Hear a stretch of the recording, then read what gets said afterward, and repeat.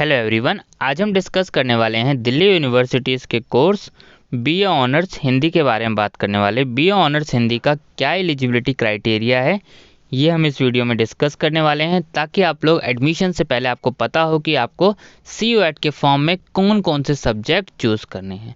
बहुत सारे बच्चों ने गलती करी थी, 2022 में एलिजिबिलिटी क्राइटेरिया चेक नहीं करा था, इसी वजह से दिल्ली यूनिवर्सिटीज़ में फॉर्म कम फिल किए गए थे।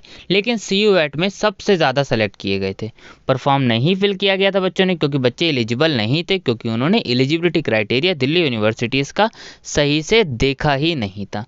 तो चलिए मैं आपको एक एक करके बता देता हूँ क्या एलिजिबिलिटी क्राइटेरिया रहने वाला है। जो एलिजिबिलिटी क्राइटेरिया 2022 में रहा है सेम ही रहेगा, अगर कुछ चेंजेस होंगे तो वो आपको वीडियो बना के अपडेट कर दिया जाएगा।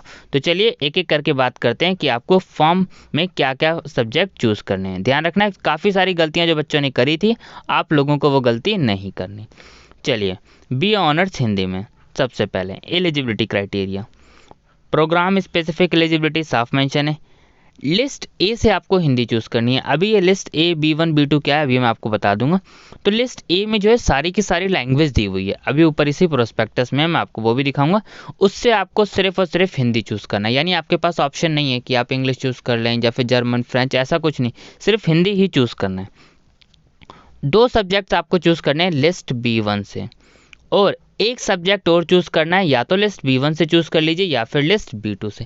यानी 2 सब्जेक्ट तो आपको B1 से चूज़ करने ही पड़ेंगे। अभी मैं A और B1 B2 लिस्ट सारी दिखा रहा हूँ, तो यानी टोटल आपको 4 सब्जेक्ट चूज़ करने हैं इसके लिए एलिजिबल होने के लिए। ठीक है, कौन कौन से कॉलेज ऑफर करते हैं बीए ऑनर्स हिंदी, यहाँ पर ये आपको लिस्ट दी हुई है, सीट्स दी हुई है कैटेगरी वाइज, जो कितनी सीट्स किसके लिए, unreserve SC category, ST OBC minority अगर है सीट्स, और EWS। अब देखिए, चलिए मैं आपको यहाँ पे लिस्ट दिखा देता हूँ। लिस्ट A B1 और B2, ये रही लिस्ट। सबसे पहले A, इसमें से आपके पास ऑप्शन नहीं है कि आप कोई सी भी लैंग्वेज चूज़ कर लें, आपको हिंदी ही चूज़ करना पड़े, क्योंकि आप बीए ऑनर्स हिंदी करने जा रहे हैं। ठीक है। सेकंड, लिस्ट B1 से आपको यहाँ से 2 तो चूज़ करने ही पड़ेंगे, और एक सब्जेक्ट और चूज़ करना है, चाहे तो B1 से चूज़ कर लीजिए या फिर B2 से चूज़ कर लीजिए। यहाँ पे आपके पास ऑप्शन है, यानी आप यहाँ से 3 सब्जेक्ट चूज़ कर सकते हैं, यहाँ से 2 चूज़ नहीं करने, यहाँ से 2 चूज़ नहीं करने कि आप यहाँ से 2 चूज़ कर लें, यहाँ से 1, अब आप एलिजिबल नहीं हैं। लेकिन हाँ, यहाँ से आपने 2 चूज़ कर रखे हैं और आपने यहाँ से भी 2 चूज़ कर लिए, तो कोई दिक्कत नहीं है, तो कोई दिक्कत नहीं है, सब्जेक्ट आप जितने मर्जी चूज़ कर लीजिए। ठीक है, पर आपको सबसे ज़रूरी चीज़ ध्यान रखनी है, दिल्ली यूनिवर्सिटीज़ में एडमिशन लेने के लिए सब्जेक्ट्स आपको वही चूज़ करने हैं जो आपके पास क्लास 12th में थे। समझे आप, कौन से सब्जेक्ट चूज़ करने हैं, जो सब्जेक्ट्स आपके पास क्लास 12th में थे। अगर आप कोई और सब्जेक्ट चूज़ करेंगे फिर भी आप एलिजिबल नहीं। अब आपको बीए ऑनर्स हिंदी में एडमिशन लेना है, कोई दिक्कत नहीं। आप मान लीजिए कॉमर्स फील्ड से हैं, तो आपके पास अकाउंट्स रही होगी, बिजनेस रही होगी, इको रही होगी, तो आपको यही सब्जेक्ट चूज़ करने हैं लिस्ट B1 और लिस्ट B2 से, यह आपको ध्यान रखना है।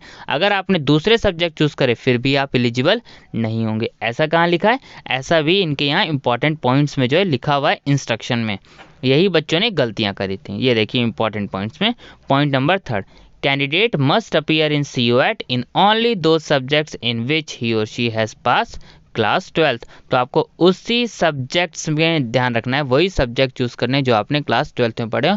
मैटर नहीं करता आप किस सब्जेक्ट्स किस कोर्स में एडमिशन लेना चाहते हैं। ठीक है, और CUET के फॉर्म में आपको ये सारे सब्जेक्ट चूज़ करने पड़ेंगे। फिर उसके बाद दिल्ली यूनिवर्सिटीज़ का सेपरेट फॉर्म भी आपको फिल करना पड़ेगा, ये आपको ध्यान रखना है। ठीक है, बाकी कुछ भी अपडेट्स चेंजेस जो भी होंगे सब आपको वीडियो बना के अपडेट कर दिया जाएगा। Thank you.